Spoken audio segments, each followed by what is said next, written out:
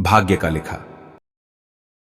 जो इस वीडियो को पूरा देखेगा और सब्सक्राइब करके कमेंट करेगा, उसकी सभी मनोकामनाएं पूरी होंगी, साथ ही धन की कभी कमी नहीं होगी।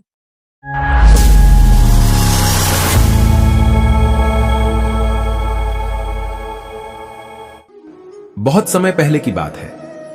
एक गांव के मंदिर में एक पुजारी था। वो पुजारी अपना सारा समय मंदिर की सफाई, पूजा पाठ, आने जाने वालों के लिए पूजा करने में ही बिताता था। उसके परिवार में कोई नहीं था और वो अपना खाना पीना मंदिर में होने वाले चढ़ावे से ही चलाता था। वो पुजारी व्यवहार का बहुत अच्छा था।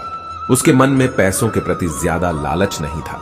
मंदिर में जब भी ज्यादा चढ़ावा होता तो वो उनसे दूसरों लोगों की भी मदद करता था। पुजारी मन ही मन ये भी सोचता था कि मंदिर के चढ़ावे से थोड़ा बहुत बचत भी होती तो भविष्य के लिए अच्छा हो जाता। लेकिन गांव का मंदिर था तो वहां लोगों का आना जाना कम होता था।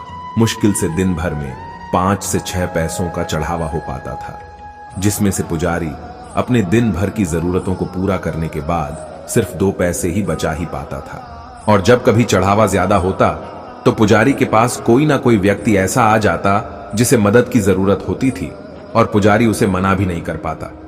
बहुत समय बीत गया, लेकिन पुजारी पूरे दिन 2 पैसों से ज्यादा बचत कर ही नहीं पाता था। वो हमेशा भगवान से यही प्रार्थना करता कि भगवान कुछ तो ऐसा करो कि मैं 2 पैसों से ज्यादा की बचत कर पाऊं। भगवान से प्रार्थना करके पुजारी रोज की तरह अपने काम में लग जाता।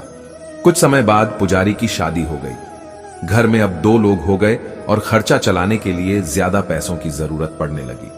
पुजारी की शादी होने के बाद मंदिर में लोगों का आना जाना बढ़ने लगा, जिसकी वजह से चढ़ावा भी ज्यादा होता और अब पुजारी अपने घर के खर्चे पूरे करने के बाद 10 पैसे रोज बचाने लगा। धीरे धीरे पुजारी के पास ज्यादा पैसे हो गए। कुछ पैसों से उसने अपने घर की मरम्मत करी और कुछ पैसों को भविष्य के लिए बचा लिया।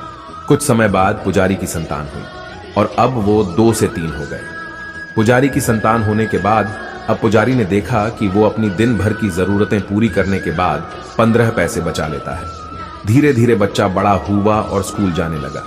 अपनी बचत के पैसों से पुजारी अपने बच्चे की पढ़ाई का खर्चा चलाता था। जैसे जैसे बच्चे की उम्र बढ़ते गई और पढ़ाई का खर्चा बढ़ने लगे, वैसे वैसे ही मंदिर में चढ़ावा ज्यादा होता चला गया। ज्यादा लोग आने लगे और पुजारी के जीवन में पैसों की कोई कमी नहीं हुई। अपनी जिंदगी को इस तरह बदलता देख पुजारी ने एक दिन भगवान से प्रार्थना करी और पूछा कि भगवान, मैं रोज के 2 पैसे बचाता था और बहुत कोशिश करने के बाद भी मैं कभी 2 पैसों से ज्यादा नहीं बचा पाया, लेकिन आज मैं सब खर्चे करने के बाद भी 30 पैसे बचा लेता हूं, जो कि मेरे और मेरे परिवार के लिए बहुत है। इस सब की वजह क्या है भगवान?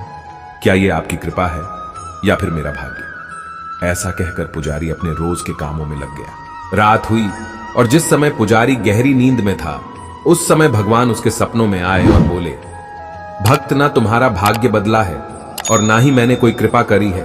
तुमने जिस दिन शादी करी और तुम्हारे घर जो स्त्री आई, उसके आने से तुम 10 पैसे बचाने लगे, जिसमें 8 पैसे तुम्हारी पत्नी के भाग्य के थे, जिसकी वजह से तुम दोनों के पेट भर खाने पीने और बाकी जरूरतियों की पूर्ति होने लगी। फिर तुम्हारी संतान हुई और उसके होने के बाद तुम 15 पैसे बचाने लगे, जिसमें से 5 पैसे तुम्हारी संतान के भाग्य के थे।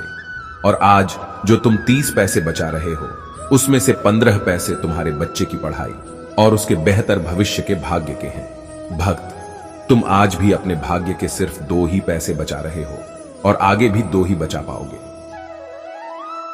दोस्तों, सीख जो हमें इससे मिलती है।